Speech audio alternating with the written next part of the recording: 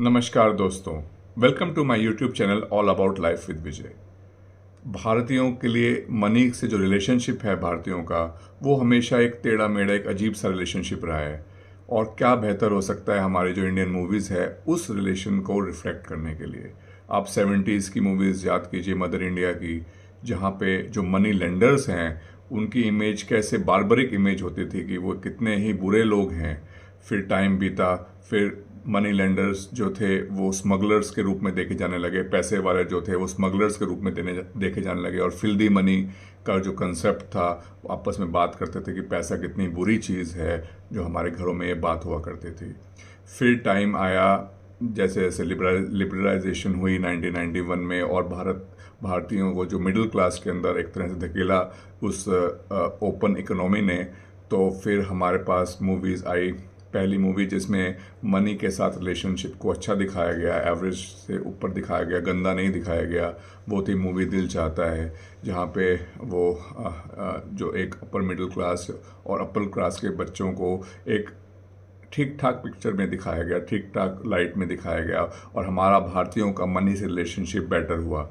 फिर मूवी आई गली बॉय, जहाँ पे वो जो हीरो था, जो रणवीर सिंह ने जिसको प्ले किया, वो मनी के साथ कहता था कि मुझे अमीर होना है, कि ये इसलिए नहीं कि मेरी माँ बीमार है या मेरे को कोई बुरा काम करना है, पर मेरा हक है अमीर होना, कि अपना टाइम आएगा। सो वो कंसेप्ट के साथ हम चलें और हम देखें इंडियंस पॉइंट ऑफ व्यू से गोल्डन रूल्स ऑफ मनी। हमें किसी वेस्टर्न फिलॉसफी को इंडिया की फिलॉसफी से नहीं जोड़ना है, क्योंकि इंडिया एक डिफरेंट कंट्री है। सो पहला जो गोल्डन रूल ऑफ मनी है वो है कि मनी को सेपरेट करना। सेपरेट कैसे करना? एक अकाउंट ऐसा आना है, ऐसा होना चाहिए जिसमें हमारी इनकम, हमारी सैलरीज, हमारी सारी इनकम्स आए। दूसरा अकाउंट होता है स्पेंड इट मनी। जब हम अपनी इनकम को, जो हमें पैसा स्पेंड करना है, उससे अलग करेंगे, तभी हमें पता चलेगा कि कितना हम स्पेंड कर रहे हैं। अदरवाइज हमारे जो यंग फैमिलीज़ हैं या हमारे जो इंडियंस की मिडिल क्लास है, उसको ये पता ही नहीं चलता कि वो कितना स्पेंड कर रही है। और इसीलिए ये स्पेंडिड अकाउंट, जो दूसरा अकाउंट है, ये बहुत ज़रूरी है। और तीसरा अकाउंट है इन्वेस्टेड अकाउंट। उस पैसे को जिसको वो इन्वेस्ट लॉन्ग टर्म के लिए करना चाहता है, या उस परसेंटेज ऑफ मनी को इनकम अकाउंट से पहले, स्पेंडेड अकाउंट से भी पहले, इनकम अकाउंट से सीधा उसको इन्वेस्टेड अकाउंट में करना है, और फिर सेकंड जो बचे हुए पैसे हैं उसको स्पेंडेड अकाउंट से करना है।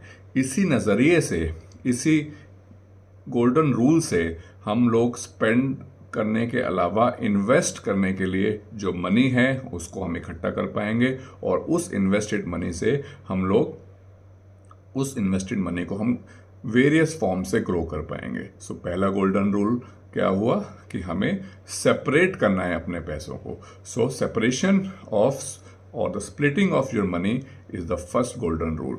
सेकंड गोल्डन रूल इंडिया के लिए है कि हम इंडियंस एक इमरजेंसी अवे होते हैं बैंक्रप्सी के लिए। ज़्यादातर हम लोग अपनी जो घर बार की इनकम, आप देखो किसी का एकदम से मेडिकल इमरजेंसी होती है और सुनते थे कि उसके घर बिक गए, या उसको एकदम से कैश क्रंच हो गया, वो लोन के अंदर बैड डेट के अंदर चला गया। So preparation for emergencies second golden rule है मनी का।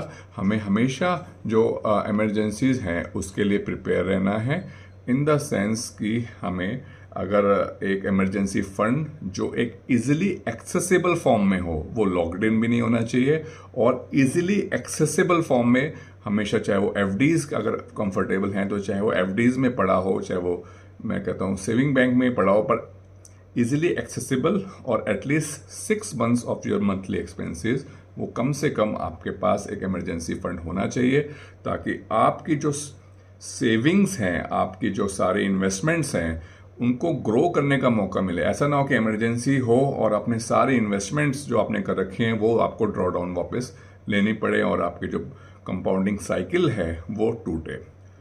तीसरा मनी का जो रूल है, और इंडियंस के लिए बहुत ही इम्पोर्टेंट रूल है, वो ये रूल है कि आपको इन्वेस्टमेंट्स करने से पहले, कोई भी कहीं पे भी पैसा लगाने से पहले, किसी के कहने पे पैसा नहीं लगाना।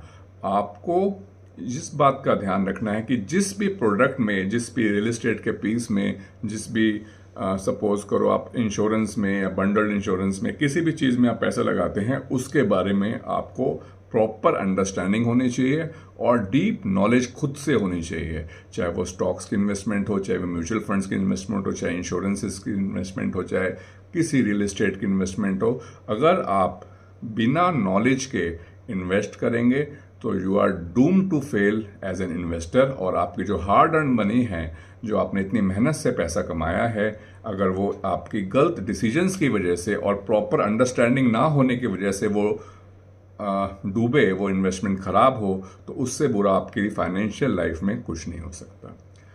चौथा गोल्डन रूल है कि इंडियंस को जो प्यार है, LIC की पॉलिसीज़ ले ली, अपने हार्ड अर्न मनी लिया, LICs की पॉलिसीज़ ले लिया, बंडल्ड इंश्योरेंस कहते हैं कि इंश्योरेंस प्लस इन्वेस्टमेंट्स की बंडलिंग वाली पॉलिसी ले ली। वो पॉलिसीज़ आपको FD से भी कभी कभी कम रिटर्न देती है, 3 से 5% का रिटर्न में आप IRR में आते हैं, और आपकी हार्ड अर्न मनी इन्फ्लेशन से भी कम ग्रो करती है और अल्टीमेटली आप पुअर होते हैं। दूसरा जो बंडल इंश्योरेंस का सबसे बड़ा नुकसान होता है, वो लंबे टाइम 20 साल 15-30 साल ऐसे लंबे टाइम के लिए लॉकड इन हो जाती है। अगर 1-2 साल के बाद आप अपने इंश्योरेंस में डाले हुए, LIC में डाले हुए, किसी भी इंश्योरेंस में डाले हुए पैसे अगर आप निकालने को होते हैं, आपको ज़ीरो वैल्यू मिलती है उस इंश्योरेंस की। सो इसके बाद में जो अभी हमने 4 रूल्स डिस्कस करे, जो 5th रूल है वो है get real about the real estate.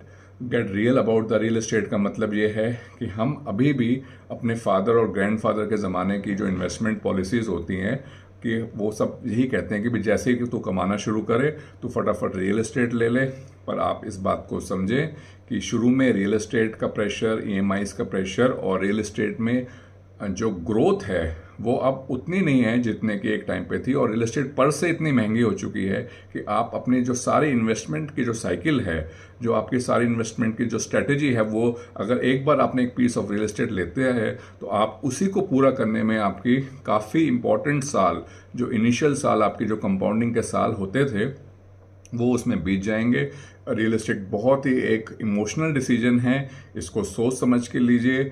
अगर आपको बहुत सारे फैक्टर्स और प्रॉपर अंडरस्टैंडिंग से, जैसे हमारा पिछले रूल में मैंने बताया, 3rd रूल में, कि आपको प्रॉपर अंडरस्टैंडिंग के साथ, आप एक इमेजिन करो गुड़गांव और फरीदाबाद का एग्जांपल, अगर फरीदाबाद के में 20 साल पहले किसी ने ऐसी जगह इन्वेस्टमेंट करी गुड़गांव में, तो गुड़गांव में जो जानकार था, जिसने एक इन्फॉर्म डिसीजन लेकर समझदारी से लिया, उसका पैसा तो बहुत गुना बढ़ा।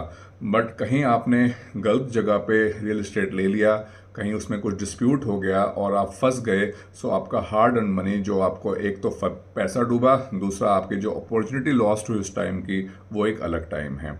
उसके बाद जो 6ठा रूल है, और वो एक बहुत इंपॉर्टेंट रूल है हमारे यंगस्टर्स के लिए, 25, 30, 35, 40 साल वालों के लिए, कि give your money an equity exposure. जो ज़माना अब टाइम जो बदल गया है, इंडिया की जो 5 ट्रिलियन 10 ट्रिलियन इकनॉमी की बातें हो रही हैं, फास्टेस्ट ग्रोइंग इकनॉमी की बातें हो रही हैं, सो इंडिया की ग्रोथ स्टोरी रियल एस्टेट से भी ज़्यादा इक्विटी की ग्रोथ स्टोरी है। आपको इक्विटी में इन्वेस्ट करना ही करना है, आपको इक्विटी में इन्वेस्ट करना है इक्विटी को समझ के। अगर आप इंडेक्स फंड में भी इन्वेस्ट कर रहे हैं, तब भी आपको उसके प्रॉस एंड कॉन्स, उसका तरीका कि सिस्टमैटिक इन्वेस्टमेंट प्लान आपके लिए बेटर है कि आपके लिए बेटर लमसम इन्वेस्टमेंट है, किस तरीके से आपने इन्वेस्ट करना है। सो उस तरीके को जान के अगर आपने अपने मनी को प्रॉपर इक्विटी एक्सपोजर दे दिया लंबे टाइम के लिए, सो आपको वेल्दी होने से कोई फिर रोक नहीं सकता। तो इस तरह से ये 6 golden rules of money Indian context के लिए मैंने रिसर्च करके बनाए हैं, और आई होप ये सारे पॉइंट्स अगर आप समझ गए, golden rules of money for India आप समझ गए, तो डेफिनेटली आपकी फाइनेंशियल लाइफ एक बहुत ही सिक्योर लाइफ होगी।